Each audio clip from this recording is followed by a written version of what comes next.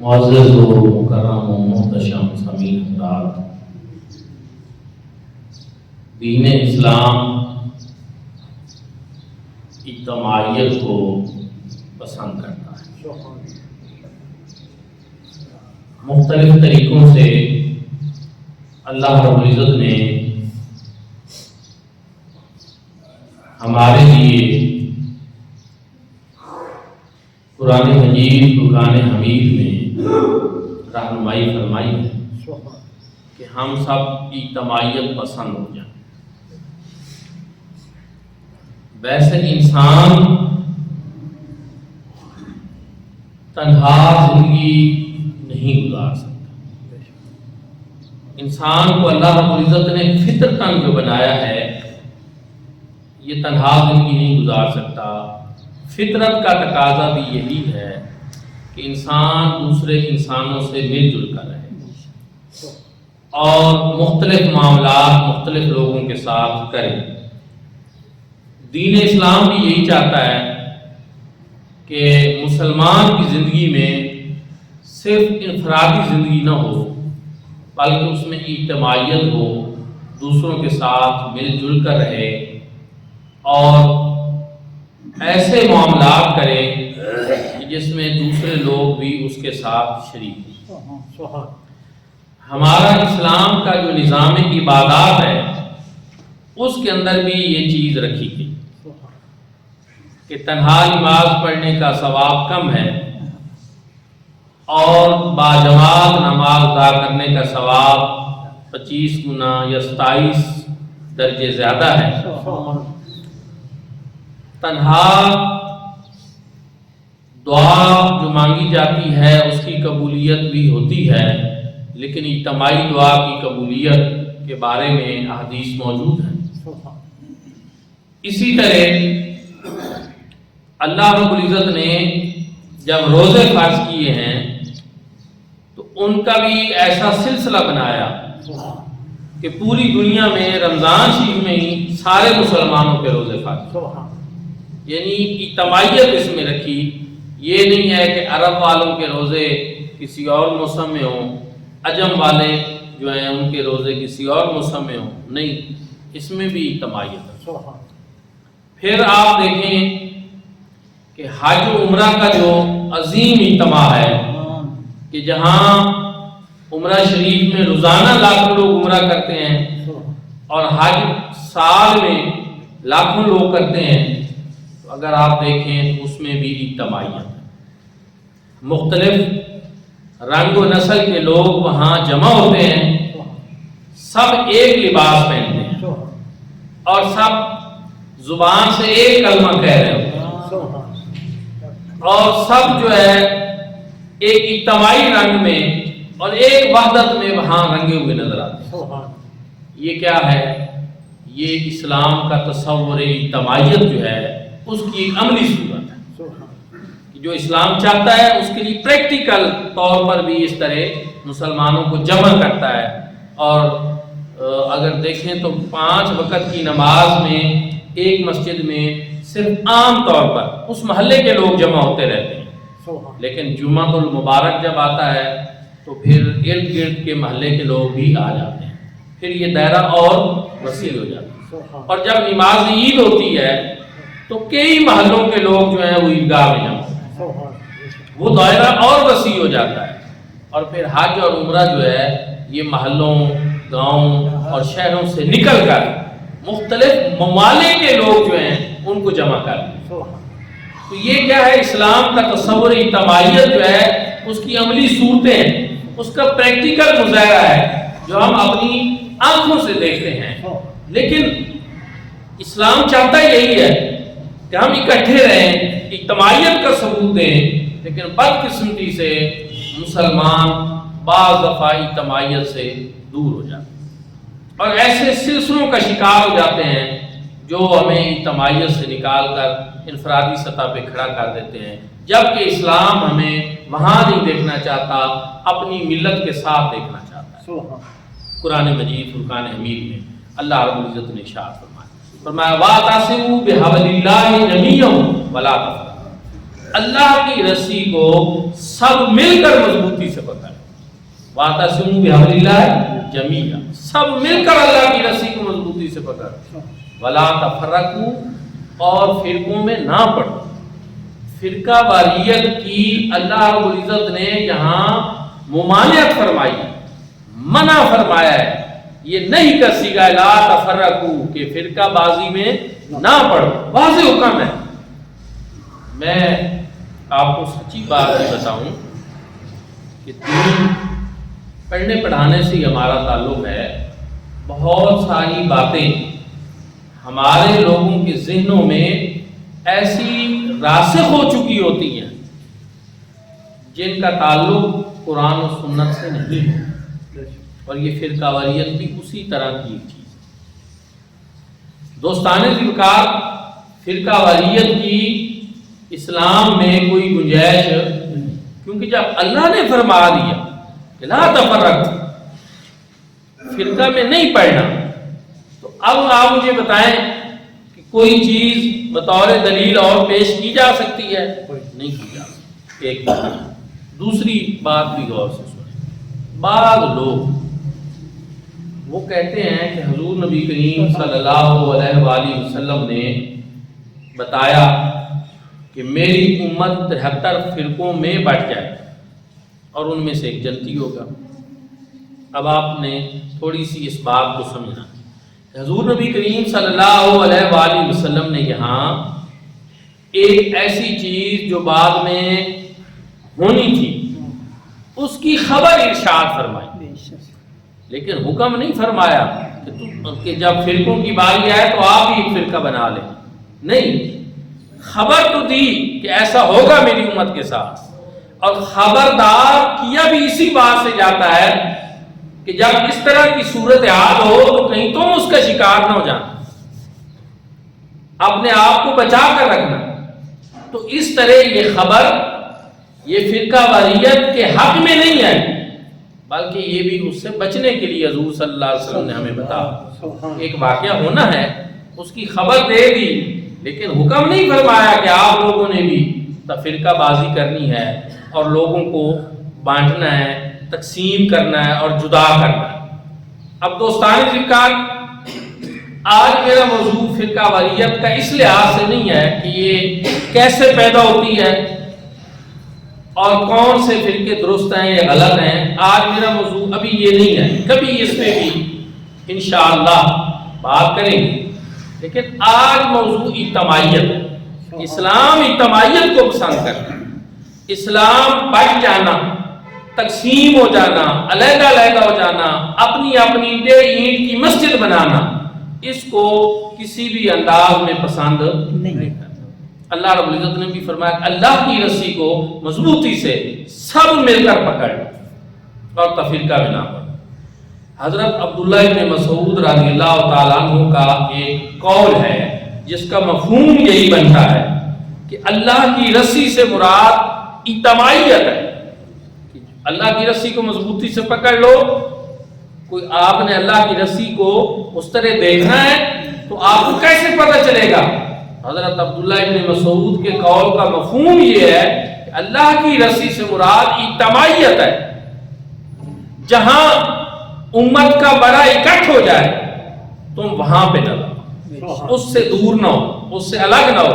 اس پہ میں اور حدیث مبارکہ بھی آپ کی خدمت میں پیش کرنا چاہتا ہوں انشاءاللہ۔ یہ جو بات ہے کہ لوگوں کو لڑاؤ اور حکومت کرو، یہ اسلام کا تصور نہیں ہے، یہ تصور جو ہے سامراج کا ہے، سامراجی ڈیوائڈ اینڈ رول، کہ لڑاؤ اور حکومت کرو، کیونکہ جب اجتماعیت ہوگی، لوگوں کا اکٹھ ہوگا، تو جو آمر ہوتا ہے، جو سامراج ہوتا ہے، وہ اس سے خطرہ محسوس کرتا ہے۔ وہ کہتے ہیں اس کا آسان حل یہ ہے کہ کوئی اکٹھے ہی نہ ہونے دو، سارے اپنے اپنے چکر میں پڑے رہیں، آپس میں لڑتے رہیں۔ سیاسی تفرقہ بازی بھی ہوتی ہے، مذہبی بھی ہوتی ہے، نسلی تعصبات بھی ہوتے ہیں، لسانی تعصبات بھی ہوتے ہیں، یہ ایک چیز نہیں ہے۔ بعض لوگ جو ہیں وہ بعض دفعہ صرف مذہبی فرقہ واریت کا نام زیادہ لیتے ہیں، جبکہ جو یہ تفرقہ بازی ہے یہ صرف مذہب کے نام پہ نہیں ہوتی، بلکہ ہر وہ نام کہ جس کے اوپر قوم کو تقسیم کیا جا رہا ہے، وہ مذہب بھی ہو سکتا ہے، وہ سیاست بھی ہو سکتی ہے، وہ نسلی لسانی تعصبات بھی ہو سکتے ہیں، یہ پنجابی ہے، یہ پختون ہے، یہ سندھی ہے، یہ فلاں فلاں، یہ ساری چیزیں اس میں شامل ہیں۔ تو دوستان گلوکار اس چیز کو ناپسند کیا، یہ پالیسی سامراج کی پالیسی ہے، یہ اسلام کی پالیسی نہیں ہے۔ اسلام کی پالیسی اجتماعیت، کہ لوگوں کو اکٹھا کرنا، ان کو جوڑ کر رکھنا، وہ ایک دوسرے سے جدا نہ ہوں، اکٹھ کی صورت میں نظر آئیں، اجتماعیت کی صورت میں نظر آئیں، یہ چیز۔ علامہ اقبال رحمۃ اللہ تعالیٰ علیہ حکیم الامت ہیں، اور وہ اس لیے حکیم الامت ہیں کہ انہوں نے صرف مرض کی تشخیص نہیں کی کہ بندہ بیمار ہے جی، جس کے سر میں درد ہے، بس یہ نہیں کیا، انہوں نے تشخیص کرنے کے بعد اس کا علاج بھی تجویز کیا۔ اس امت کے امراض کا صحیح ان کی تشخیص کرنا اور اس کا علاج کرنا، یہ حکیم الامت علامہ اقبال نے، اس لیے حکیم الامت بھی۔ حکیم الامت فرماتے ہیں کہ ان کی ملت کا ہے ملک و نسب پر انحصار، ان کی، غیروں کی، سامراج کی، یا انگریز کی بھی بات کر رہے ہیں، یورپ کی بھی بات کر رہے ہیں، کہ ان کی ملت کا ہے ملک و نسب پہ انحصار، قوت مذہب سے مستحکم ہے جمعیت، لا الہ الا اللہ۔ جب ہم نے یہ پڑھ دیا تو اب دنیا میں جہاں کوئی کلمہ پڑھنے والا یہ مسلمان موجود ہے، وہ ہمارا مسلمان بھائی، ہم اکٹھے ہیں، ہم وحدت میں پرو دیے گئے، اور ہمیں اس کلمہ طیبہ نے ایک رشتہ میں پرو دیا ہے کہ ہم سب اللہ رب العزت کی توحید میں بھی مان رکھتے ہیں، اور حضور نبی کریم صلی اللہ علیہ وآلہ وسلم کی رسالت میں۔ یہ ہے معیار، یہ ہے چیز اسلام کی دی۔ لیکن ان کی کیا ہے کہ یہ فلاں ملک ہے، یہ فلاں نسب ہے، یہ فلاں رنگ ہے۔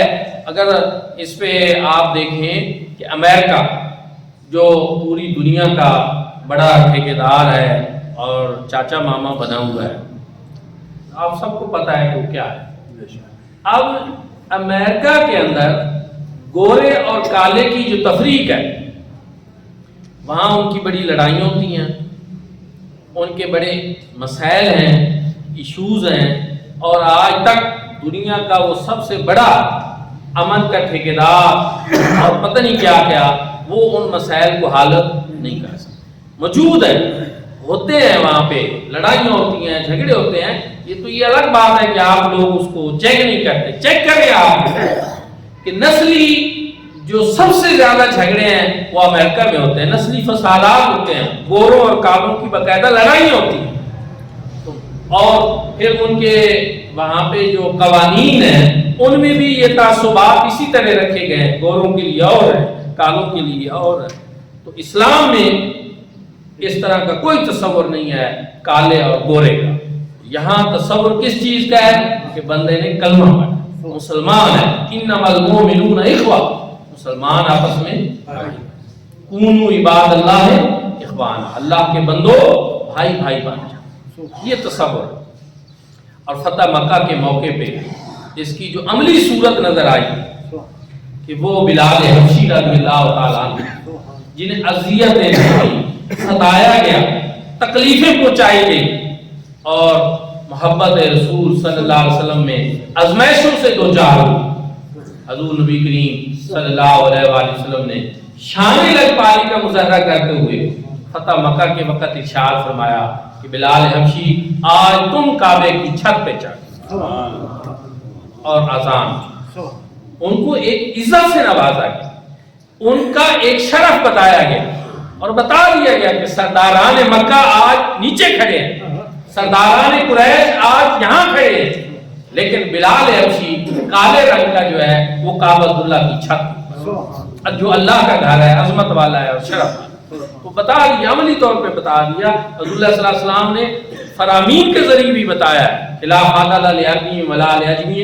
الا بالتقوی، کسی عربی کو اجمی پر، کسی گورے کو کالے پر کوئی فضیلت نہیں ہے، فضیلت کا معیار تقویٰ ہے۔ لیکن صرف زبانی نہیں فرمایا، کیونکہ دنیا میں کچھ ایسے انقلابی لیڈر ہوتے ہیں، دائی ہوتے ہیں جو دعوے تو بہت کرتے ہیں، لیکن جب عمل کی باری آتی ہے تو وہ اس طرح کا عمل نہیں کرتے، ان کے قول و فعل میں تضاد ہوتا ہے۔ حضور نبی کریم صلی اللہ علیہ وسلم کی کوئی ایک دعوت بھی ایسی نہیں، کوئی ایک پیغام ایسا نہیں، کوئی ایک فکر ایسی نہیں جو حضور نبی کریم صلی اللہ علیہ وسلم نے خود کر کے نہ دکھا۔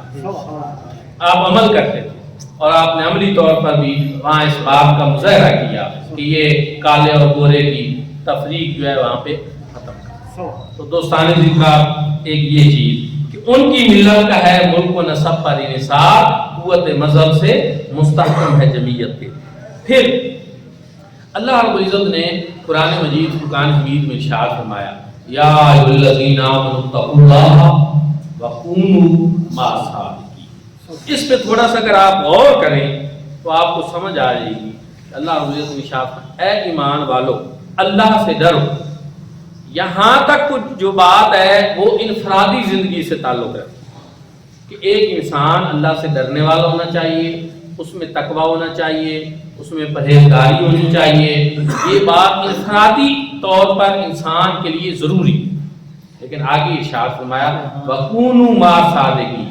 بھئی یہ نہیں کہ صاف ستھرا اچھا سچا انسان بن کر الگ تھلگ رہے گا، میں نے تو کسی سے نہ ملنا ہے، نہ کسی کی خوشی میں جانا ہے، نہ کسی کی غمی میں جانا ہے، نہ کسی سے معاملات کرنے ہیں، نہ کچھ، بس میں ٹھیک ہوں، میں اپنے گھر میں ہوں، بس یہی کافی ہے میرے لیے۔ نہیں، فرمایا ایک مسلمان کی زندگی یہ نہیں ہے کہ وہ اپنی زندگی کو بہتر کر کے بس گھر میں بیٹھا رہے اور کہے کہ میں ٹھیک ہوں۔ نہیں، فرمایا وَكُونُوا مَعَ الصَّادِقِينَ، اور سچے لوگوں کے ساتھ بھی اجتماعیت کے ساتھ جوڑ جاؤ۔ یہ بات ایک پیغام ہے کہ انفرادی طور پر اللہ سے ڈرو، تقویٰ بھی اختیار کرو، لیکن صرف انفرادی طور پر اچھا انسان ہونا کافی نہیں ہے۔ جو مسلمانوں کی اجتماعیت ہے، جہاں اچھے لوگ ہیں، جہاں سچائی موجود ہے، اچھائی موجود ہے، اخلاقیات ہیں، اعلیٰ اقدار ہیں، تم اپنے آپ کو اس بات کے ساتھ بھی جوڑو۔ یہ واضح طور پر ایک چارٹر دے دی اللہ رب العزت نے اور ہمیں ارشاد فرمایا۔ تو اس لیے اپنے طور پر اپنے ذام میں اچھا انسان بن کر رہ جانا کافی نہیں، بلکہ جو معاشرے کے دیگر اچھے لوگ ہیں ان کے ساتھ ملنا جلنا بھی ضروری ہے، رابطہ رکھنا ضروری ہے، اس مرکزیت اور اجتماعیت کے ساتھ اپنا تعلق مضبوط کرنا بھی۔ حضور نبی کریم صلی اللہ علیہ وآلہ وسلم نے ارشاد فرمایا کہ علیکم بالجماعت، جماعت کو لازم پکڑو۔ جو مسلمانوں کی جماعت ہے، اجتماعیت ہے، اس کو لازم پکڑو۔ فَإِنَّ يَدَ اللَّهِ عَلَى الْجَمَاعَةِ، بے شک جو اللہ کا دست قدرت ہے وہ جماعت کے انفرادی شخص کے اوپر نہیں ہوتا، اجتماعیت کے اوپر ہوتا ہے، جو اللہ رب العزت کا دست قدرت ہے۔ اور فرمایا وَإِنَّ الشَّيْطَانَ مَعَ الْوَحْدِ وَهُوَ مِنَ الْإِثْنَيْنِ أَبَدٌ، کہ شیطان جو کوئی اکیلا ہوتا ہے اس کے ساتھ ہوتا ہے، اور جب وہ اکیلا شخص دو ہو جائیں تو شیطان ان سے دور ہو جاتا ہے۔ بتا دیا رسول اللہ صلی اللہ علیہ وسلم نے، جماعت کو لازم پکڑو۔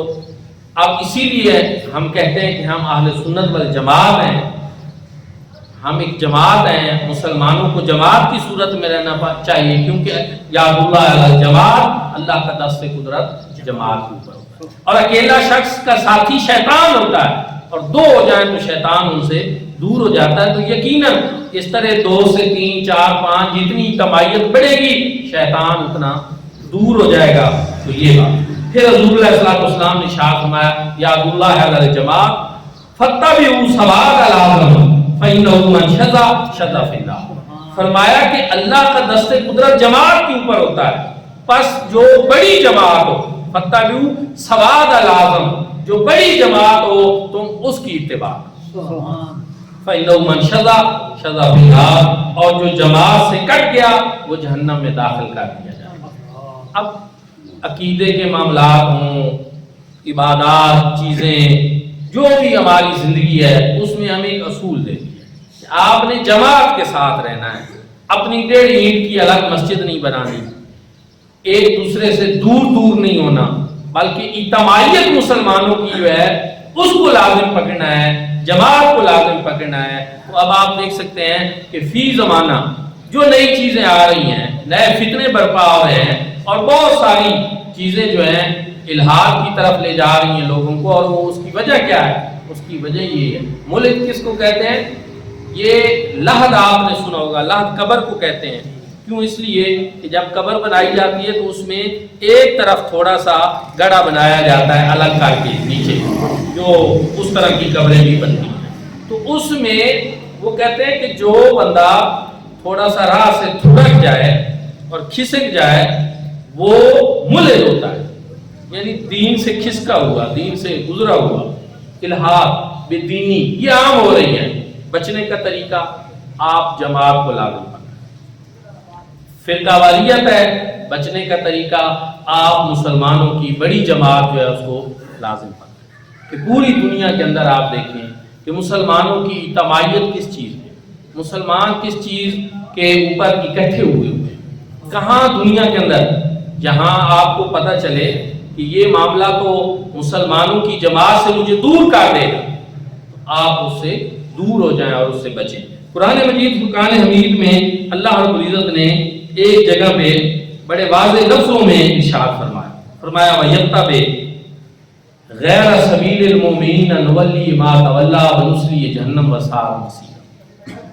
وَيَتَّبِعْ غَيْرَ سَبِيلِ الْمُؤْمِنِينَ، وہ شخص جو مسلمانوں کی راہ کو چھوڑ کر کوئی اور راہ اپناتا ہے، عامت المسلمین سے الگ ہوتا ہے، مسلمانوں کی جماعت سے الگ ہوتا ہے، نُوَلِّهِ مَا تَوَلَّىٰ، وہ جدھر کو پھرے گا ہم اس کو ادھر ہی پھیر دیں گے، وَنُصْلِهِ جَهَنَّمَ، اور ہم اس کو جہنم میں پھینک دیں گے، وَسَاءَتْ مَصِيرًا، یہ برا ٹھکانہ۔ یہ میں اس لیے بھی بتا رہا ہوں کہ آج کل بعض چیزوں میں لوگ شوشے پان میں آ کر کہ جی یہ بات میں تو جی باقیوں سے الگ کرتا ہوں، یہ اسلام میں پسندیدہ نہیں۔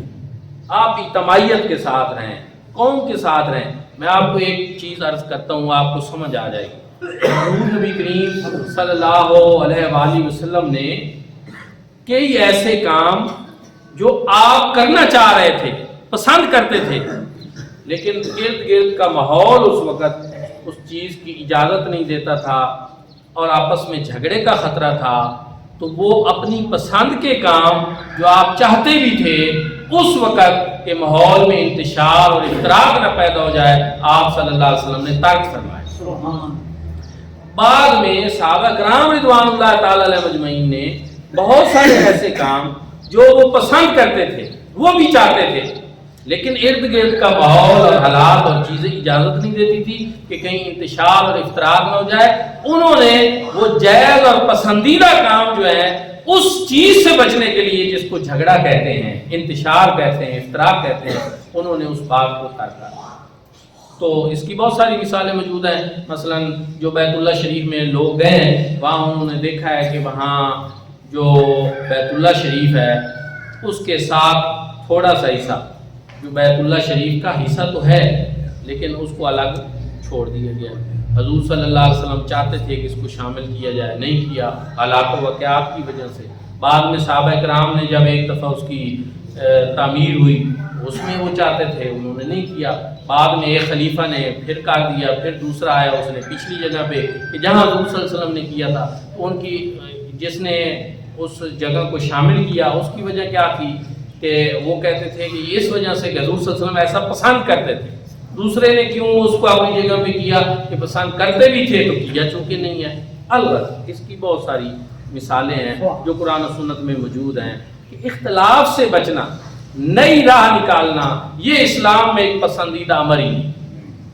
اجتماعیت کے ساتھ رہیں، مسلمانوں کی جماعت کے ساتھ رہیں اور اجتماعیت کا خیال رکھیں۔ اگرچہ بعض دفعہ ہو سکتا ہے کہ آپ کے پاس دلائل بھی ہوں، آپ کی بات بھی ٹھیک ہو، لیکن عامت المسلمین اگر اس کو قبول نہیں کر رہے تو آپ اپنی اس بات کے اوپر کہ میری بات درست ہے، میں آپ مسلمانوں کی جماعت سے الگ ہو جاؤں گا، آپ کو اس بات کی اجازت نہیں دی جائے۔ یہی وجہ ہے کہ قرآن و سنت میں جو امت کا اجماع ہے اس کی حیثیت اسی طرح ہے شرعی دلیل کے طور پر جس طرح کی قرآن پاک کی آیت یا حضور صلی اللہ علیہ وسلم کا فرمان، اور یہ اس کو حیثیت کسی مولوی صاحب نے نہیں دی، یہ حیثیت اس بات کو اللہ رب العزت نے قرآن میں دی اور حضور صلی اللہ علیہ وسلم نے اپنے فرمان.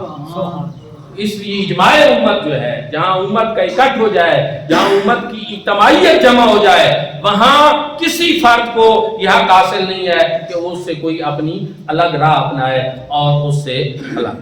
دوستان اس کے حوالے سے ایک میں اور حدیث پاک کی عرض کرنا چاہتا ہوں. حضور نبی کریم صلی اللہ علیہ وآلہ وسلم نے ارشاد فرمایا لا تجتمع امتی علی الضلالہ، میری امت کبھی گمراہی پر جمع نہیں ہو سکتی. اب اگر کوئی بندہ آج کا وہ یہ سمجھتا ہے کہ پوری امت جو کام کرتی ہے وہ درست نہیں ہے اور جو میری فکر اور سوچ ہے وہ درست ہے اور اس پہ وہ دلائل لاتا ہے، تقریریں کرتا ہے، وہ کرتا رہے. اصل چیز یہ ہے کہ حضور صلی اللہ علیہ وسلم نے فرمایا کہ میری امت ان میں ہوتے رہیں گے مسائل، تو ہوتے رہیں گے، اختلافات بھی ہوں گے، ساری چیزیں ہوں گی، لیکن جو کھلی گمراہی ہے، جو واضح دلالت ہے، اس کے اوپر میری امت کا اتفاق کبھی نہیں ہوگا. اگر یہ متفق ہوگی تو پھر وہ چیز گمراہی نہیں ہوگی، وہ درست چیز ہوگی جس کے اوپر میری امت جمع ہو.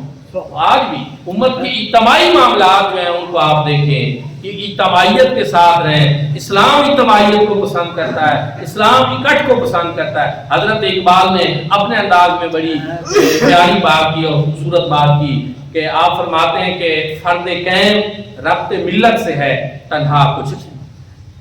اکیلا شخص فرد قائم ربط ملت سے ہے تنہا کچھ نہیں. قوم کے ساتھ اگر وہ لگا ہوا ہے تو اس کی کوئی حیثیت ہے، ورنہ وہ کچھ بھی نہیں.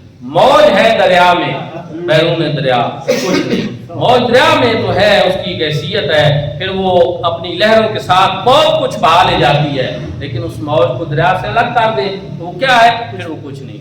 یہاں یہ ہمیں بتایا گیا کہ اگر آپ دین کی کوئی خدمت کرنا چاہتے ہیں، آپ اسلام کی کوئی خدمت کرنا چاہتے ہیں، آپ امت کے لیے کوئی کام کرنا چاہتے ہیں، تو پھر وہ آپ تنہا ہو کر نہ کریں، وہ اس میں آپ اجتماعیت کا مظاہرہ کریں، اپنے ساتھ لوگوں کو شریک کریں. یا کہیں اچھا کام ہو رہا ہو تو ان کے ساتھ آپ خود شریک ہو جائیں، اس کا حصہ بنیں. انفرادی طور پر صرف اچھی زندگی گزارنا کافی نہیں، اجتماعیت جو ہے مسلمانوں میں وہ بہت ضروری ہے.